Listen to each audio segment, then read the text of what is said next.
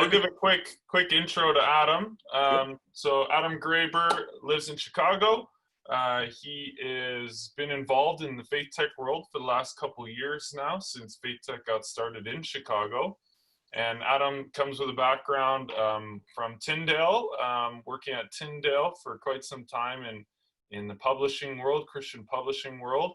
And then something crazy happened. He went and he discovered through a FaithTech link that there was this thing called a Masters of Digital Theology. Can you believe that exists? Amazing, right? So he goes, he applies, he graduates, and now we can proudly say on this call, we have the only human being in the Western Hemisphere with a master's in digital theology. Wow. Wow. Like, this is the man. I can't believe it. And so I also am proud to say that Adam's joined FaithTech. And so he's going to be working with FaithTech full-time on the Institute. So this is extremely exciting. First day was yesterday, full-time. And we are just totally pumped. This is a big shift for FaithTech too, to have Adam on our team and to just go all in on the thinking hub side of FaithTech. And so anyway, Adam, super excited to have you talking tonight, man. We'll talk. Can't wait to hear it. And you're on mute. Yeah. Good start. There we go. There you go. All right. Sorry. Yeah. Thanks, James. Thanks. I'm not sure. I appreciate that introduction though. And yeah, thanks, Kevin, for encouraging them to ask really hard questions. Yeah. So if you're thinking about writing for this contest, as I was thinking about this contest and thinking about how do we help people think about technology well, how do we think about it Christianly, I started to think about what do I do.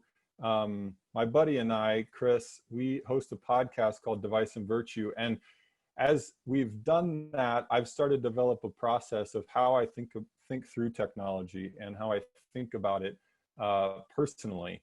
And so I started to realize there are questions that I ask every time I'm talking about a new technology and thinking about it. And so I wanted to really share that with you as just a way to help you start to think about technology for yourself. The big challenge with technology is that it's just this water that we live in. It's the environment around us. And that's what makes it so powerful, is that it's really hard for us to even see the technology around us and to see how it's shaping us. And we really need people, and I think a lot of those people are in FaithTech on this call. We need those people to really name our experiences and tell us about what's happening around us and help us to see the water that we're swimming in. When I talk to people and tell people that I'm interested in faith and technology, I typically get a blank stare. You may have had a similar experience, but when I really step back, I start kind of here. I say, you know, there's really kind of two futures that we talk about. Christianity really has this vision of the future with no more sickness, no more sorrow, no more pain, no more death. And it's one that Jesus brings to us. And it's one that he brings through death and resurrection. But there's also a future that technology presents. It says there's a problem. We know there's a problem, and we have a way that we suggest to fix it. And here's what the problem is, and here's the way the world will be when we fix it. And there's a process to getting there. And the question I have is, how do those two things interact? How do they overlap?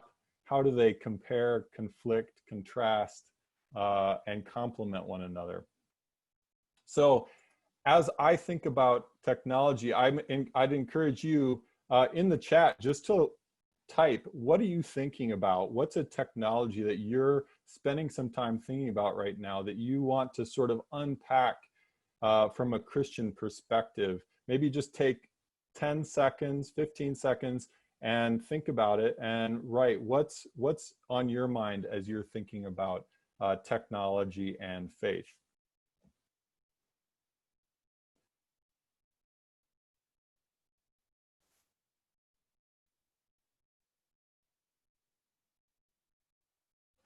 Let me see if I can even see the window. Let's see. Sorry, I can't see it right now, but I'll just keep moving. Yeah, so keep that in mind as we go through, and yeah, Adam, ask your. Sorry, Adam, we've got a few coming up here. We've got Facebook and Twitter, Instagram, newsfeed algorithms, artificial intelligence, and programming, VR, Zoom, Instagram, phone. Yeah, you've got quite a few popping Awesome. through here. Yeah, those are great. So keep those in mind as we kind of go through these questions. So the one that I started to think about for myself, and you may have guessed it already, was Zoom. So a couple years ago, I was on a FaceTime call with my girlfriend. It was a really emotional and intense conversation. And as we were talking, I caught a glimpse of myself in that little window. And I was kind of surprised at what I saw, because I looked to myself and I said, I look really angry in that picture. And I'm not angry, I'm actually really sad right now. And it made me realize, like, oh, is that the face that she's seen before when I've been sad? Like, she think I was angry when I really wasn't? And it started me thinking about, how am I conveying who I am? And obviously that's something that we're all experiencing now with Zoom. We're all experiencing Zoom fatigue, but we're also recognizing, like, I'm seeing myself, and that's a new experience. I don't normally see myself in a conversation. So as you, as we think about technology, one of the really basic questions, and it's really foundational, I think, and fundamental, is what do I observe in the device or platform that I'm thinking about? And this is really basic. It doesn't have to be complicated. What are the features? What are the things I can do with it? And one of the books that really helped me think this through was Visual Intelligence. And it really challenged me to move from looking to seeing. So there's an image here this image is in the book. And I'm curious, again, maybe in the chat, just write what you think you see in this image. I've heard a couple different ideas, and people tend to have lots of different ideas around it. So I'm curious, what do you think you see in this image? Maybe write some of them in there. A kitten. Yep, I've heard a kitten. A bird. A face. A person. Slido. Okay. A map. A cow and a cat. The Great Lakes. That's great. I like it. Yeah, so it's actually a cow. So it's in the left-hand quadrant there. Left half of it is the cow's face. He's kind of sideways. You see the side of him. And his ears are his nose is down here, and his ears are about right here. So if you see that, and then, yeah, I'm sure that's a cat on the back. It's got to be, right? It's just like jumping off or something. But it really conveys this idea that we can look a lot, but we may not necessarily see what we're experiencing. And so as I thought about Zoom, as I thought, what happens on Zoom? And just what are some examples of, and again, they're really basic. What are the features that you're seeing? And what are you doing when you use it? It's not so much what are you accomplishing, like I'm able to connect with someone else, but like I'm actually staying in a window and I'm using my hands, I'm being expressive, and I'm using kind of this much of me to express all of me. And, so I kind of just listed out a bunch of things that I saw on Zoom that I do, or that are features that it allows me to do as I'm working. So I think that's a really great place to start with technology, just really basic. What do I see? What do I observe? And there are really three lenses that I think about, and I think there are more than this, and I'd be interested to hear what other people use. But relationships, habits, and the future are really three lenses that I use to kind of look through and see the technologies that I'm thinking about. So what relationships does technology mediate? So I think technology is all about relationships. Every technology, bar none, is mediating a relationship. But the great thing is you don't have to figure it out on your own. It's actually a multiple choice question. It may be more specific than this, but every relationship fits into one of these categories. And so you can start here and then sort of narrow it down. So for example, with Zoom, I think that most of these technologies mediate one primary one, but I think they also mediate almost all of them in every case. So for example, I think Zoom mediates creation. So I don't know where you guys are. I can't walk to your house or drive to your house. I don't know the route to get there. I don't know what trees I'll pass or what stores I'll pass or what cities I'll go through. But Zoom has just made it possible for me to be there with you now. And so that mediates my relationship. It changes how I relate to creation and how I understand the world around me. I can't get there, and that changes how I think about the world around me. So that's just an example of how Zoom is mediating my relationship in a way that maybe I don't think about immediately, but when I think, okay, if I go through each one, it actually helps me to start to unpack that. And this is, again, a list of other ways that I've thought about technology and how Zoom is shaping the relationships I have. So I can see a person on screen, but I can't necessarily perceive their body language.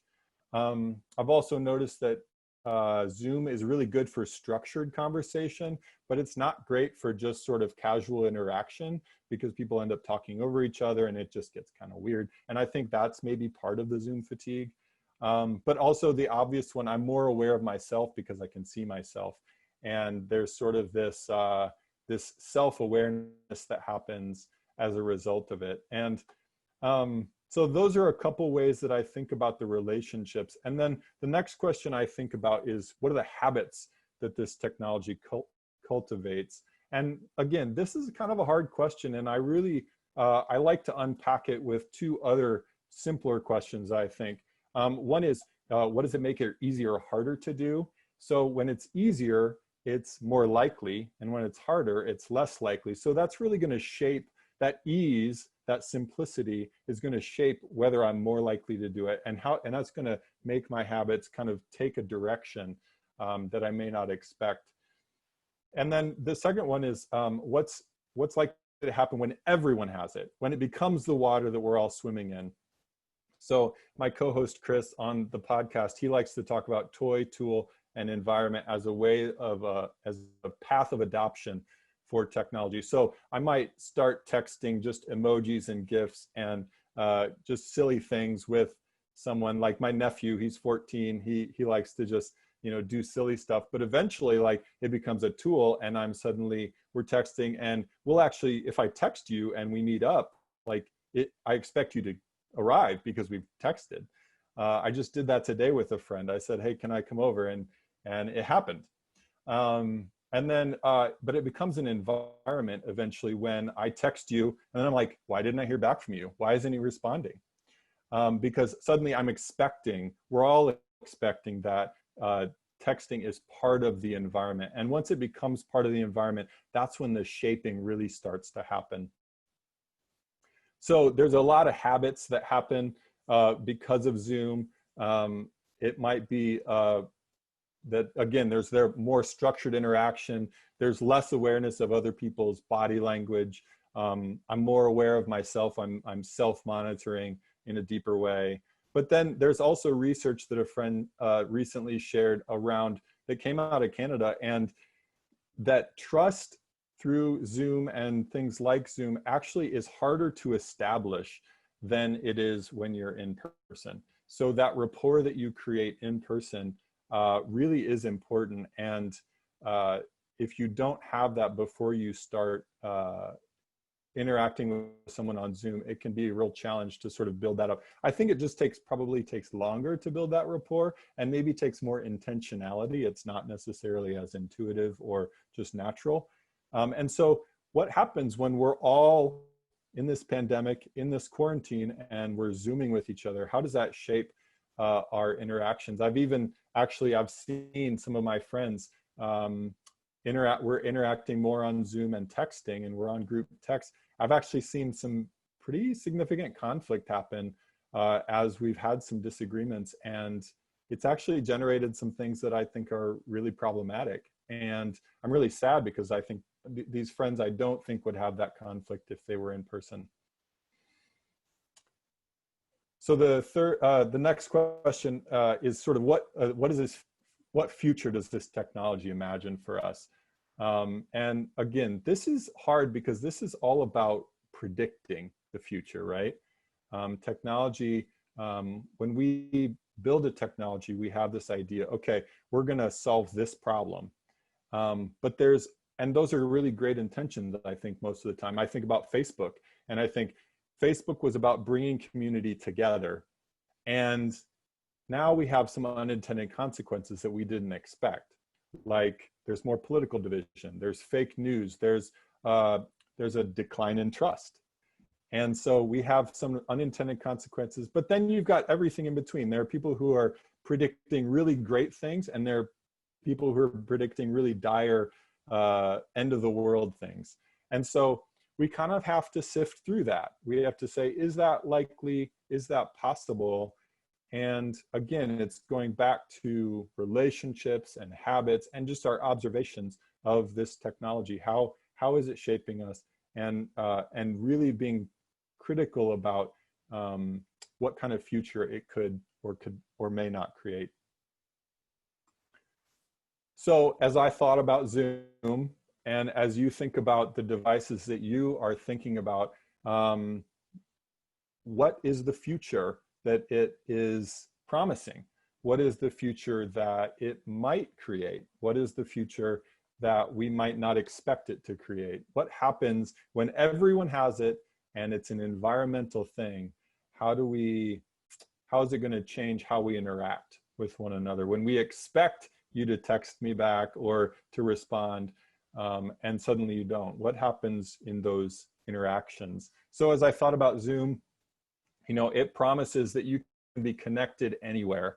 And we know that's sort of true, but we also know there's sort of some isolation that happens. And that's the experience we're having, that there's some value in the connection, but there's also some loss in the isolation. That maybe being connected at work means you'll be more productive. And maybe that's true, but how is it shaping the relationships you're having with your colleagues? And then even just as simple as like, I'm aware of when I'm looking at you on a screen, I'm aware of what's behind you, but I don't know what's around you. And you're aware of what's behind me, but not what's around me. So if I glance off, you might wonder what's over there, but you can't really tell.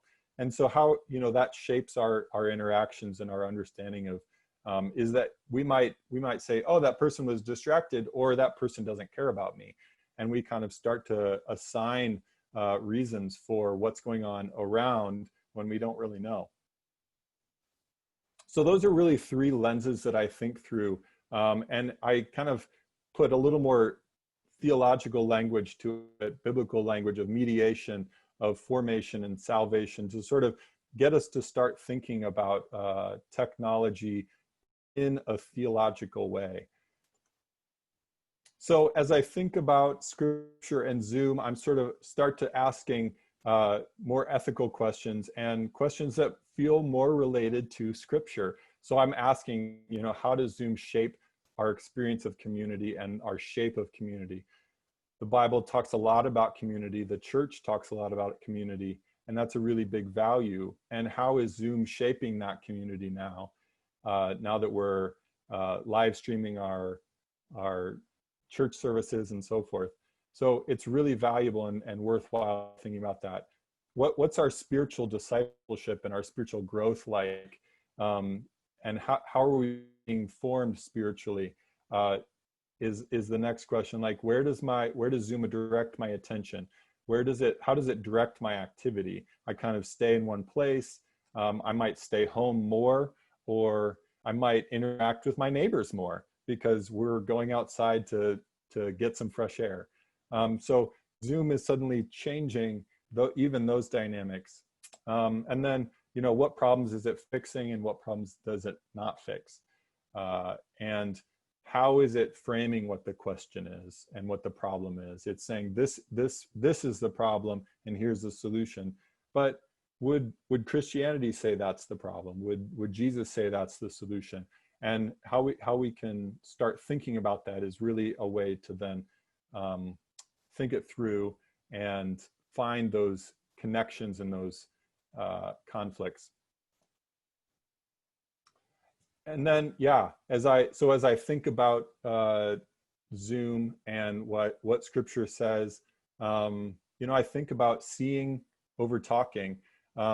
It's really hard to talk over each other on Zoom, but you always can see everyone.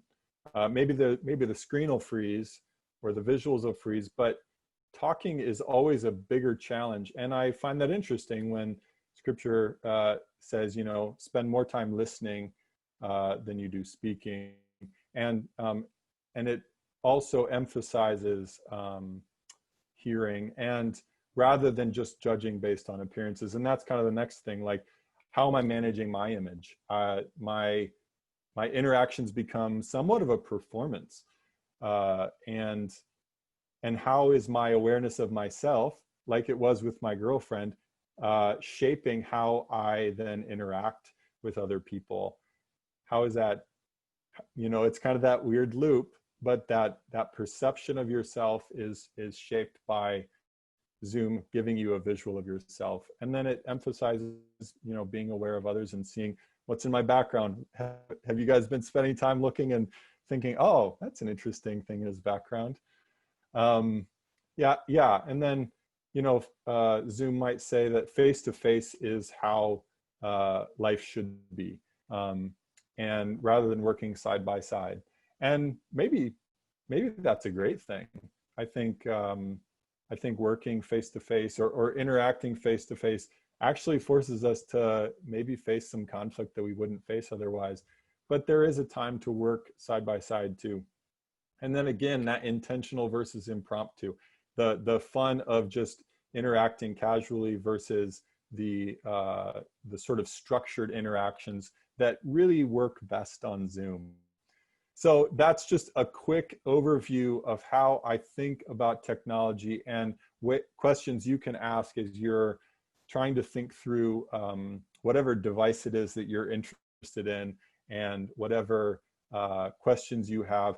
It's just a way to start to think about technology from a biblical perspective. So I would love to chat more about it.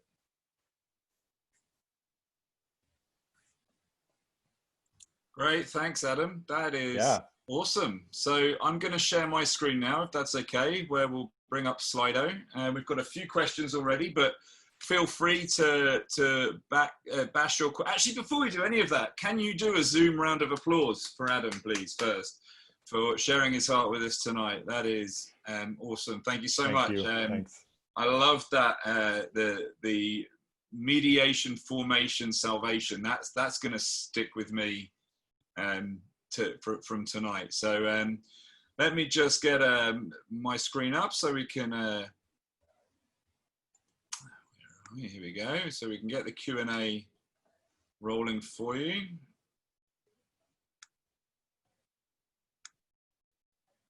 Here we go. So here's a few upvoted questions at the top here. A nice easy one to kick off with, Adam. How will the church adjust to the current pandemic-induced virtual world to both care for each other as well as spread the gospel? just a small issue for you to wrestle with. Yeah. Question. Yeah. Who upvoted that? Come on. I wonder how good Zoom is for confession, actually. Oh, I mean, man. Yeah. You have to put your video on mute.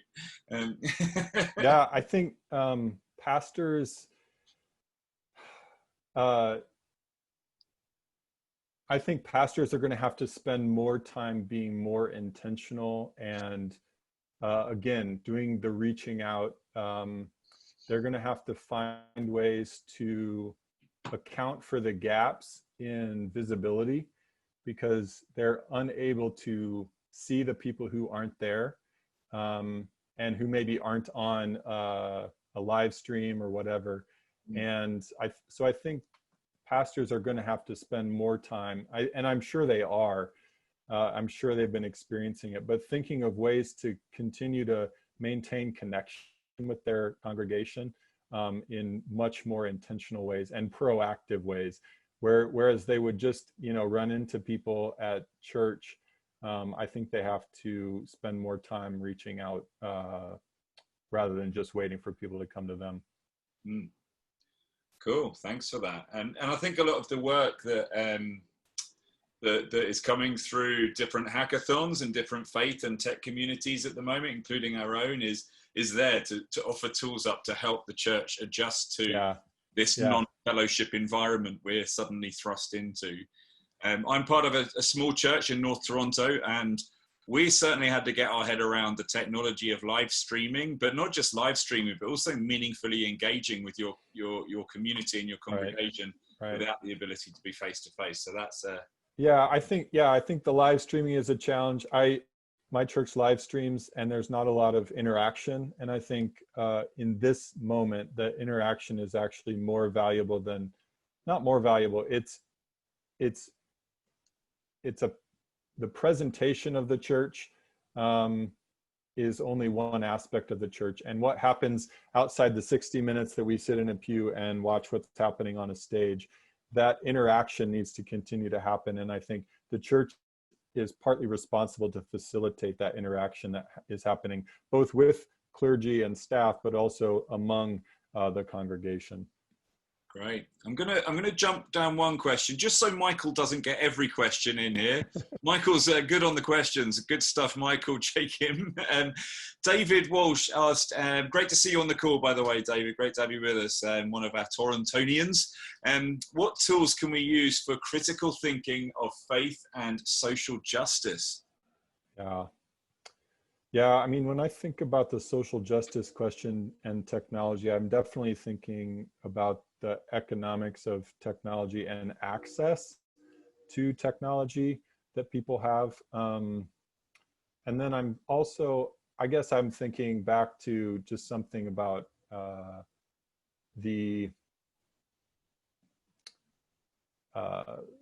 what's it called? The precious metals that you have in things like in high-tech devices and how those supply chains are being navigated for creating these devices. As far as tools go, I don't have a good answer, honestly. I think I'd be curious if other people have tools that they've used as they're thinking about faith and social justice. Well, one tool I've used, Adam, is listening to prophetic voices in our society, in our contemporary absolutely. voices. Yeah, I think there are a lot of great voices that are even emerging right now that are worth listening to, worth amplifying. And I think God tends to use voices from the margins as well, which is a really, it goes against some of our human nature to search on the margins. We look for the voices with the biggest platforms, and that's actually almost an anti-tech statement, that actually look away from the big platforms and see who's speaking into the situation. Yeah, a good point, Kevin. Yeah. Awesome. Let's move on to the next. Let's say if I want to open the black box of TikTok, do I need to try it first? And how long should we play with it before we can meditate, habit, and future? Yes. So I just downloaded TikTok about 2 weeks ago. And that the first thing I did then was really think, okay, what are the features here? There's music, there's text, there's hashtags. You can flip through it really easily. And it was really weird at first.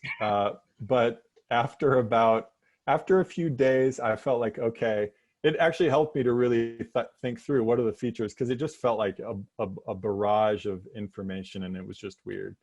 But I do think you need to use it before you're gonna unpack the black box. Yeah. Okay. Okay, we'll take another one from Michael. He's launching the tough ones at you today as well. What is the relevance of the Christian worldview and Holy Scriptures in Silicon Valley versus the prevalent worldviews there? Do you have a view on that, Adam? It might be difficult to answer as you're from Chicago rather than Silicon Valley, but I guess you have an overview of the culture and the things that happen there. Yeah. I think it's very relevant, first of all, because there's, as I think it's Abraham Kuyper, there's no square inch that God does not say mine. And I think, God has a deep passion and desire to care for the people of Silicon Valley. And I think it's going to take work, though. And I think the work that FaithTech is doing really is the work of finding those relevant connections with Silicon Valley. Yeah. Great. Okay, I think we've got time possibly for one more question. These are great questions, folks. Thanks for sending them in. Actually, we'll just try and squeeze two in. So 30 seconds on each of these, Adam. Yes, thanks for all your questions. Is there a way we can save these? Yeah, I will archive them and send them to you, Adam. So you can write 150 word responses to each of them individually. Yes, and you can email me, adam@faithtech.com. If we don't get to your question, I'd love to chat more about it. That's great. So you've given some great scriptural filters on Zoom. Loving this. What are your takeaways? How would you change it? How would you utilize it, etc.? Yeah. I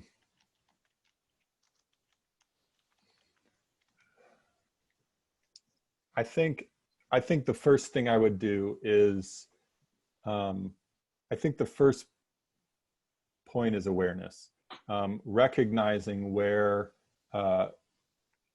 these how these interactions are being shaped. And I think talking that through with other people, even on Zoom, when I was putting this together, I asked a friend, hey, can we get on Zoom so we can talk, so I can sort of observe this? Because I really needed to look at it and experience it that way.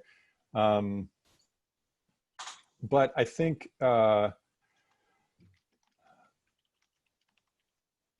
yeah, the takeaways.